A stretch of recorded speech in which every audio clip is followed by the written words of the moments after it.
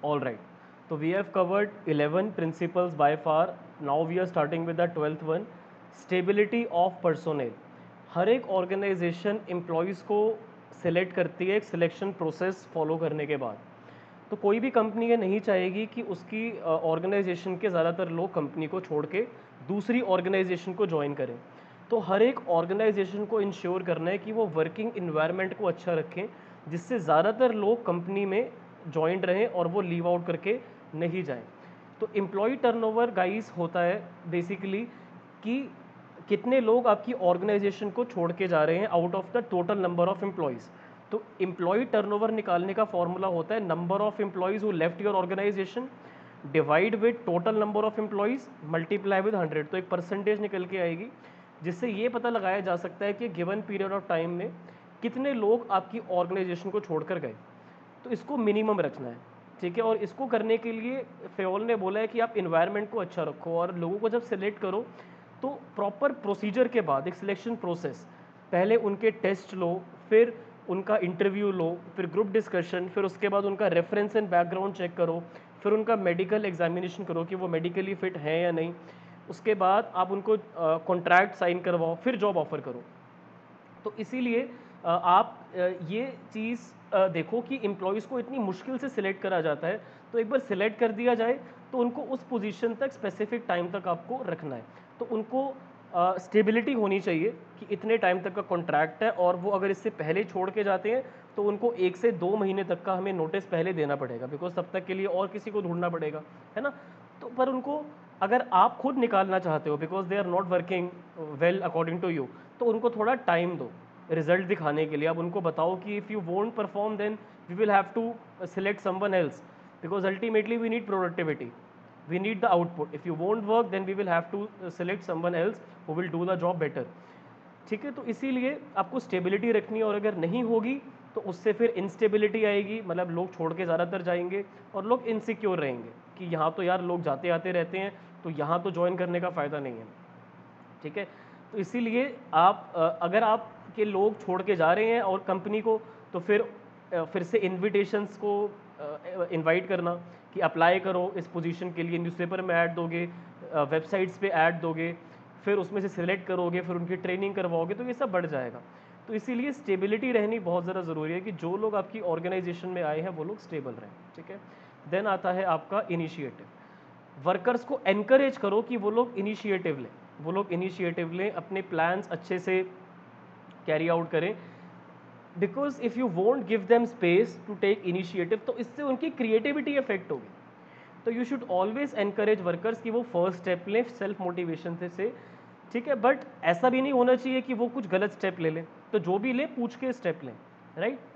और उसके लिए उन्हें रिवॉर्ड भी मिलना चाहिए अगर उनका कोई डिसीजन या कोई सजेशन उनका अच्छा आता है तो ये एक इंटेलिजेंट पर्सन का ट्रेट है, मतलब एक चाल है एक इंटेलिजेंट पर्सन की कि वो इनिशिएटिव लेते हैं। तो इनिशिएटिव्स को एनकरेज करो, इसका मतलब ये नहीं है कि आप कुछ डिफरेंट कर रहे हो जो कि गलत है, तो पूछ के करो जो भी इनिशिएटिव ले रहे हो। एक अच्छी कंपनी में एक एम्प्लॉयज़ का सजेशन सिस्टम होता है, वो हमेशा सजेशन लेके चलते हैं एम्प्लॉयज़ से, जिससे कॉस्ट कम लगती है एंड उनको फिर रिवॉर्ड दिया जाता है कि अगर देखो आपके डिसीजन से हमारी कॉस्ट सेव हुई, हमारा टाइम सेव हुआ, तो आपको रिवॉर्ड हम दे रहे हैं। इसलिए इसलिए सजेशंस को, इनिशिएटिव्स को एनकरेज करो।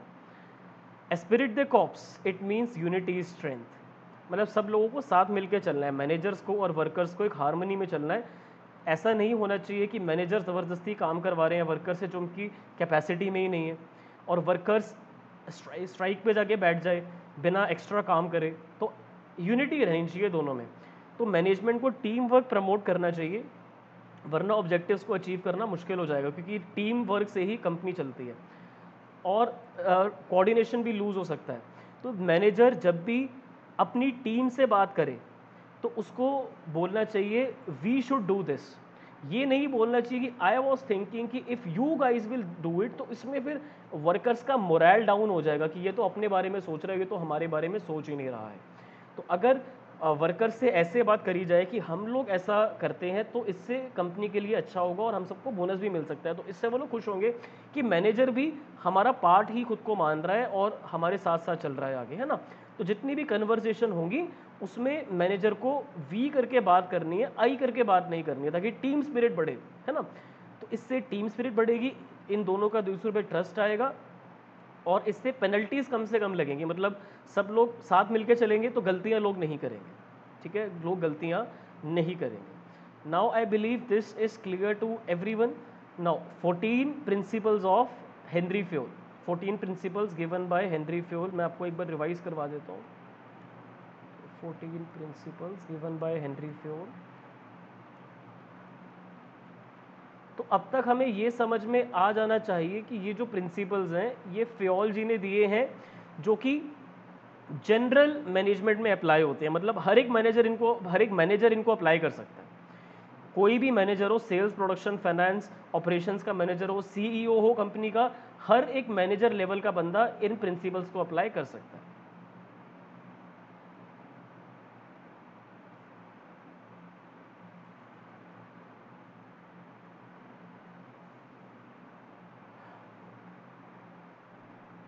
Division of work, let me change the color of the marker. Division of work,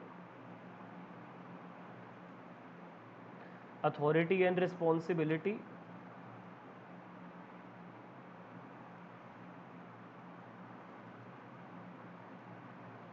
then यहाँ पे डिसेंट्रलाइजेशन एंड सेंट्रलाइजेशन, या फिर आप डिसिप्लिन लिख दो, पहले डिसिप्लिन कर लो। Unity of command,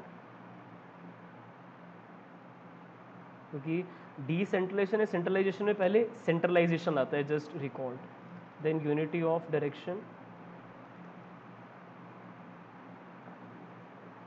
then subordination of individual interest to general interest,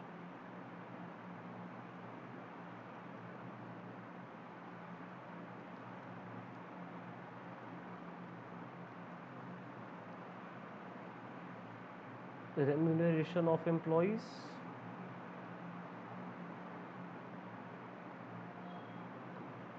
centralization and decentralization,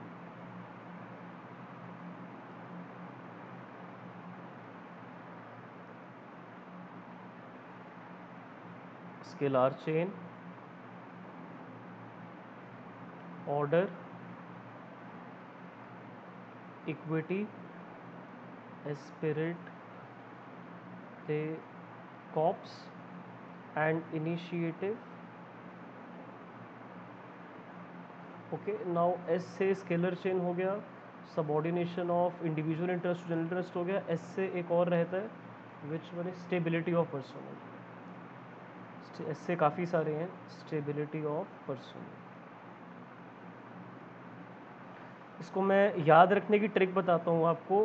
पहले 3 वर्ड हैं डैड, फिर 2 यू हैं तो U2, फिर एक काफ़ी फेमस कॉलेज है कॉमर्स स्टूडेंट्स के लिए, Shri Ram college of commerce, Delhi university का कॉलेज है, SRCC।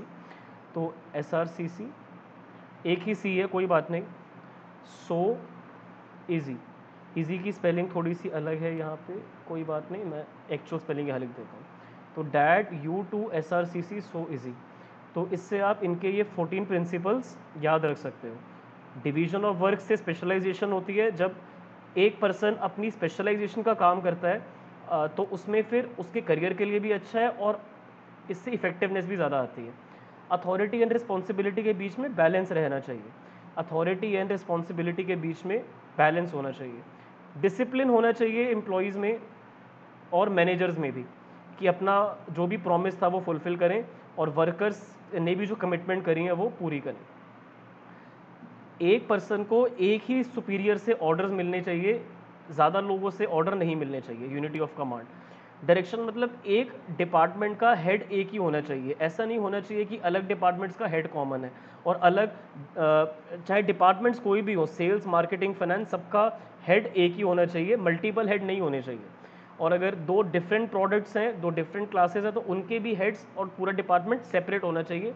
कुछ मतलब क्लैश नहीं होना चाहिए कि एक मैनेजर 2 काम संभाल रहा है। मतलब मान लो कि आपने एक मैनेजर को बोला कि आप हमारा कॉस्मेटिक्स का डिपार्टमेंट भी देख लो और आप हमारा क्लोथ्स का डिपार्टमेंट भी देख लो, तो दोनों अलग अलग डिपार्टमेंट्स हैं, तो दोनों का डिवीज़न अलग होना चाहिए, ठीक है, दोनों का डिवीज़न अलग होना चाहिए, तो उनकी डायरेक्शन अलग अलग है। फाइन, तो one head one plan, marketing वाले मार्केटिंग का काम करेंगे, फाइनेंस वाले फाइनेंस का काम करेंगे, प्रोडक्शन वाले प्रोडक्शन का, बट उनमें यूनिटी होनी चाहिए डायरेक्शन में कि वो एक ही डायरेक्शन में काम कर रहे हैं कि कंपनी के ऑब्जेक्टिव्स अचीव करवाने। Subordination of individual interest to general interest, priority देनी है जनरल इंटरेस्ट को, ना कि इंडिविजुअल इंटरेस्ट को, तो सबॉर्डिनेशन पे रखना है इसको, और प्रायोरिटी किसको देनी है, जनरल इंटरेस्ट को। रेम्यूनरेशन ऑफ एम्प्लॉयज़, एम्प्लॉयज़ की जो रेम्यूनरेशन होगी, जो भी उनका पे होगा वो फेयर होना चाहिए और कंपनी की पेइंग कैपेसिटी में होना चाहिए। जो decision making authority top management के पास है वो चीज़ें सेंट्रलाइज्ड हैं, और जो वो शेयर कर रहे हैं जूनियर लेवल पे वो डिसेंट्रलाइजेशन है, तो दोनों में बैलेंस होना चाहिए। छोटी ऑर्गेनाइजेशंस जो होती है वहाँ पे थोड़ी सेंट्रलाइजेशन ज़्यादा रहती है, जो लार्ज ऑर्गेनाइजेशंस होती है वहाँ पे थोड़ी डिसेंट्रलाइजेशन ज़्यादा रखनी पड़ती है। स्केलर चेन में एक ऑर्डर लाइन होती है कि कौन किससे डायरेक्टली बात कर सकता है, तो एक सुपीरियर सबऑर्डिनेट का जो रिलेशनशिप है बॉस का और जूनियर का, वो इससे क्लियर होता है कि फॉर्मल अथॉरिटी किसकी है, कौन ऑर्डर दे सकता है और किसको ऑर्डर एक्सेप्ट करने हैं, ठीक है, तो वो स्केलर चेन से पता लगता है। हर एक ऑर्गेनाइजेशन की जब शुरुआत होती है तो उसमें स्केलर चेन होती ही होती है, बट धीरे धीरे जब सब लोग आपस में इनफॉर्मल होते हैं तो वो उसको फॉलो करना बंद कर देते हैं। I am talking practically. Then order, हर एक चीज़ का प्रॉपर ऑर्डर होना चाहिए। ऑर्डर मैंने आपको बताए थे दो होते हैं, एक होता है social order, right place for every person, मतलब हर एक पर्सन के लिए एक प्लेस होनी चाहिए, and material order, place for every material, हर एक रॉ मटेरियल के लिए एक जगह होनी चाहिए कि ये मटेरियल यहाँ पर मिलेगा और ये पर्सन का रूम ये है, ये पर्सन हमेशा यहाँ मिलेगा, ताकि कोई हिंड्रेंस नहीं आना चाहिए काम पूरा करने में, काम स्मूथली चलना चाहिए।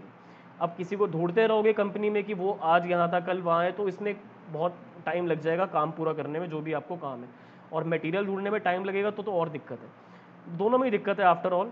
तो दोनों का ऑर्डर होना चाहिए, material order and social order. Social order means right place for every person, material order means right place for everything. Equity means कि जितना फेयर हो सके उतना फेयर सबको ट्रीट करो। You should never discriminate on the basis of religion, caste, gender, nationality, सब लोग बराबर हैं, सब लोग ह्यूमन बींग्स हैं, तो ह्यूमैनिटी फॉलो करो। और इसका मतलब ये भी नहीं है कि बहुत ज़्यादा मतलब ऐसे बन जाओ कि हम लोग तो गेवर्स हैं, हम लोग तो सबके सजेशन सुनते हैं, जैसा आप बोलोगे वैसा कर देते हैं। थोड़ा स्ट्रिक्ट भी रहना है, बट सजेशन सबके सुनने हैं, सबको रियलाइज़ करवाने हैं कि सब लोग इंपॉर्टेंट हैं। That's what this principle means. Spirit the corps means we should work in a team. We should never think like कि हम मैनेजर हैं तो हम बड़े हैं, वर्कर्स हमसे छोटे हैं। देखो उनके बिना आप भी नहीं हो और आपके बिना वो नहीं है, तो दोनों को अपनी इंपॉर्टेंस रियलाइज़ होनी ज़रूरी है, बट एक लिमिट में रहना भी ज़रूरी है। दोनों को पता है कि दोनों इंपॉर्टेंट है, तो फिर एक साथ मिलके चलो, जब पता है दोनों इंपॉर्टेंट हो तो साथ मिलके चलो। स्टेबिलिटी ऑफ पर्सोनेल, जो भी लोग आपकी ऑर्गेनाइजेशन में जॉब करते हैं उनको स्टेबिलिटी दो, कि उनको कॉन्ट्रैक्ट साइन करवा दो 1 साल तक, तो आपकी जॉब यहाँ पर सिक्योर्ड है। और ऐसा इन्वायरमेंट रखो कि वो लोग कंपनी को छोड़ के ना जाएं, क्योंकि वो लोग आपकी कंपनी के लिए बहुत बड़े एसेट हैं, क्योंकि वो उन लोगों की वजह से कंपनी चल रही है। तो अगर वो लोग कंपनी को छोड़ के जाएंगे तो इससे आपकी कंपनी के एसेट्स कम हो रहे हैं। इट इज़ जस्ट लाइक कि आप फिजिकल एसेट्स को लूज़ करो, लाइक मशीन्स, रॉ मटेरियल, लोग छोड़ के जाते हैं आपकी कंपनी को, तो लॉस उतना ही होता है कि नए लोगों को ढूंढने में, उनकी ट्रेनिंग करवाने में खर्चा बढ़ जाएगा। इनिशिएटिव लेने के लिए एनकरेज करो कि लोग इनिशिएटिव लें और उसके लिए उनको रिवॉर्ड दो। तो ये हेनरी फ्यूल सर के प्रिंसिपल्स थे जो उन्होंने 1906 ईयर में 1900s में दिए थे इन द बिगिनिंग। ईयर मुझे एग्जैक्टली याद नहीं आ रहा है, if I am not wrong it was 1916, ठीक है। तो I was saying 1906, it was 1916 में उन्होंने ये बुक, उनकी बुक का नेम था general and industrial management, and it was published in the year 1916, which consisted of these 14 principles, and now I believe everyone is clear with each and every principle. So now when you will become a manager in future, it's up to you whether you would like to apply these principles or not, and if you want to modify these principles you are allowed to do that, because management के principles जो हैं वो flexible हैं, आप इनको modify कर सकते हो, ये situation के हिसाब से आप अप्लाई करोगे और जो आपको अच्छे लगे वो आप अप्लाई कर सकते हो अपने प्रोफेशन में during the management. So with this 14 principles of Henry Fayol are over. and they are also known as principles of general management. तो प्लीज़ रिमेंबर दिस कि कोई भी मैनेजर बनना चाहता है वो इन प्रिंसिपल्स को अप्लाई कर सकता है. They are general principles, any manager can apply these principles. All right, so I will stop the recording now.